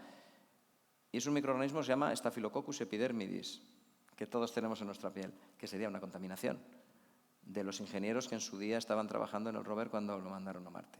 Podría ocurrir. Hay medidas que se establecen en toda la exploración espacial que se llaman de protección planetaria, en el sentido de vamos a proteger el planeta al que llegamos de nuestra vida, no vamos a contaminar, porque entonces es tongo, ¿no? Si encuentras vida que es la que tú has llevado. Entonces me gustaría que fuera vida exógena, que pudiéramos determinar que es de fuera y no terrestre, eso va a ser muy difícil, y que fuera lo más distinta posible de la Tierra. A mí me gustaría mucho que fuera muy distinta, porque si es muy parecida, podríamos pensar en un origen común. Igual ese LUCA hizo que de alguna forma, a través de meteoritos, por ejemplo, migrara vida de la Tierra a Marte o de Marte a la Tierra. Sería más fácil de Marte a la Tierra, porque es hacia dentro del sistema solar, la atracción gravitatoria del Sol jugaría a favor de un transporte Marte-Tierra, y esa hipótesis, que se llama panspermia, pues habría traído la vida aquí. A lo mejor LUCA surgió en Marte, no hay ninguna prueba en contra de esto que voy a decir. Algún tipo de microorganismo surgido de LUCA vino a la Tierra en un meteorito, aquí evolucionó, y señores, todos nosotros somos marcianos, expatriados, ¿vale? Podría ocurrir. No hay pruebas a favor ni pruebas en contra, pero podría ocurrir. Bueno, entonces, si encontramos en Marte una vida muy parecida a la nuestra, no es tan interesante. Pero si es muy distinta, si tuviera, por ejemplo, aminoácidos de una orientación distinta en lugar de los L, no entro en detalles, pero seguro que a ti te suena familiar, en lugar de los LD, y decir una proteína hecha con aminoácidos D, eso no ocurre en la Tierra. Eso es una vida distinta. Eso a mí me encantaría. Eso me encantaría. Pero también hay un matiz, tenemos que ser muy cautos porque las muestras que está recogiendo Perseverance son de la superficie, de muy cerca de la superficie. Esa es una zona muy sometida a radiación. Es muy difícil que si hay vida en esa zona se haya preservado. Lo interesante sería muestrear en el subsuelo, hacer grandes perforaciones. Y eso es lo que tiene previsto hacer la misión ExoMars de la Agencia Espacial Europea, si algún día logra despegar, porque está acumulando retrasos de todo tipo, ¿no? Y además hay una cuestión de justicia histórica, porque el rover que va a llevar esa misión se llama Rosalind Franklin, en homenaje a la gran olvidada, tú la mencionabas antes, de la historia de la estructura del ADN, ¿no? Imaginaos qué caso de justicia planetaria sería que Rosalind Franklin encontrara ADN en Marte, ¿no? Sería una vuelta de tuerca maravillosa. Pues Rosalind Franklin lleva un taladro que va a permitir perforar 2 metros. Y caramba, si llegas a 2 metros debajo del regolito marciano, probablemente eso sí que está preservado de la radiación, que fríe técnicamente la superficie, ¿no? Entonces, igual ahí abajo sí que hay señales de vida. Esas muestras me gustarían más todavía.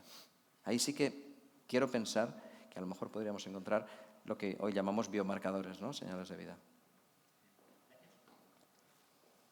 Bueno, vamos a hacer la última pregunta y ya cerraremos. Sí.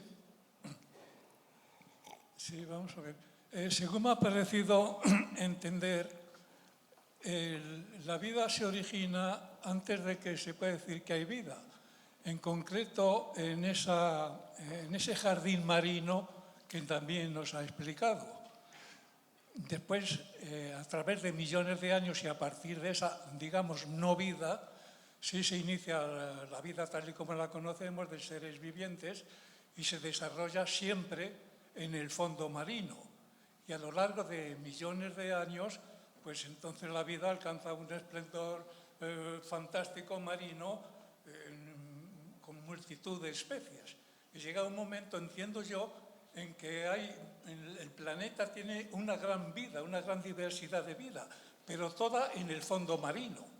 Entonces mi pregunta, que me puede decir en qué momento esa vida marina sale a tierra, me imagino que a través de algún ser anfibio o algo así, la vida tal y como la conocimos, de los reptiles y demás, y también la vida vegetal, porque todo proviene, parece ser, me ha parecido entender, de esa no vida, de ese jardín marino, y un esplendor de vida marina.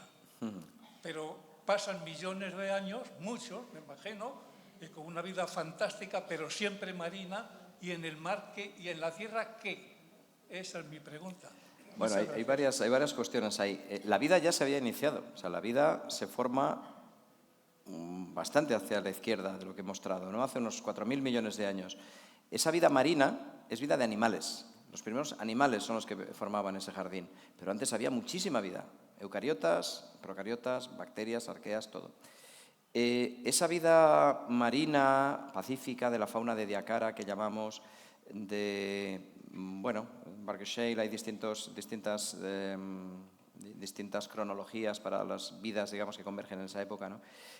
La vida anterior a la explosión cámbrica, que era de seres blandos, de seres, digamos, invertebrados y sin coraza y sin nada, era efectivamente marina, da lugar a otra vida marina también, la que veíamos ya con las primeras formas duras, con partes duras, y eso estaba ya funcionando hace 540 millones de años, y los primeros seres que del mar empiezan a colonizar la Tierra son las algas. Las algas, que habían sido marinas, empiezan a subir a la superficie, empiezan a interaccionar con hongos, empiezan a formar suelos, de los que luego saldrían las raíces de las plantas. Y los animales, los primeros que surgen como seres capaces de colonizar la Tierra son artrópodos, son los antepasados de los insectos, ¿vale? Y luego ya, de los peces, digamos, evolucionan los anfibios. Los anfibios empiezan a caminar por la tierra porque eran un tipo de peces con aletas lobuladas que las transforman en patitas, capaces de sostener su peso, cambian su forma de respirar, se hacen terrícolas, generan distintas líneas evolutivas, una de ellas son los reptiles. Los reptiles se diversifican mucho, algunos crecen de tamaño tanto como los dinosaurios, los señores de la tierra, del mar y del aire durante al menos 150 millones de años. Y otra rama de los reptiles genera evolutivamente las aves, de otra de los reptiles salimos los mamíferos, es decir, pero las primeras formas marinas que colonizan la Tierra, 400 millones de años de media. O sea que primero la vida fue en el agua, claramente. Y eso es lo que esperaríamos que ocurriera en otro planeta en el que hubiera vida. Mucho más fácil vivir en el agua que en la Tierra. El tipo de huevos que ponen los animales en el agua, por ejemplo, son muy distintos, aquí lo saben ustedes muy bien. Huevos blanditos, no hace falta tener una coraza, no son huevos amnióticos, no tienen que protegerse de la presión, de los gases. Es más fácil la vida en el mar. Bueno, pues antes de cerrar, solo un comentario, lo de esto que más, además de la vida, de lo sorprendente que es, sorprende lo pronto que apareció en la Tierra. Es casi sorprendente. O sea, estamos hablando de milímetros por millón de años. Nosotros estamos en el medio último milímetro. Y esto ocurre muy y has empezado allá, 4 metros. El universo empieza a los 15, en la quinta fila de allí. La Tierra empieza y poco después empieza la vida. Y eso es sorprendente. Se ha extinguido 5 o 6 veces y hemos llegado aquí. Se ha extinguido una parte de ella, no toda. La vida es corta, muy corta, el tiempo pasa y tenemos que terminar. Y yo creo que hoy hemos sido testigos de un acto extraordinario, de un relato completo de nuestros orígenes, muy completo, por arriba, abajo, en una dirección y en la otra, a la luz de los conocimientos más modernos y con una persona que está trabajando en el ARN polifacético que ha contado.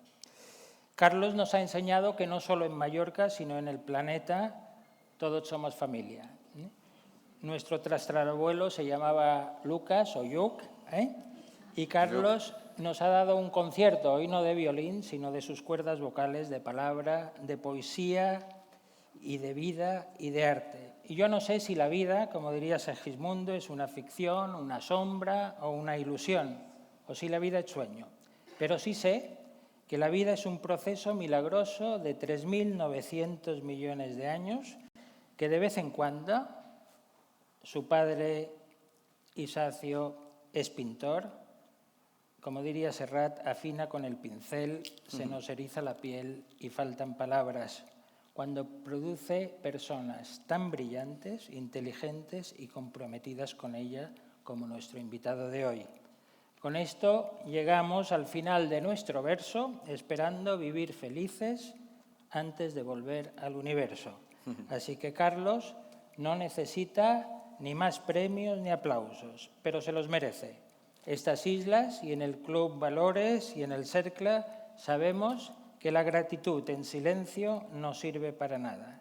Así que te daremos un último aplauso fuerte, sonoro y cálido, y que retumbe y rebote hacia vosotros también, porque también os lo merecéis. Muchas gracias a todos y bona nit.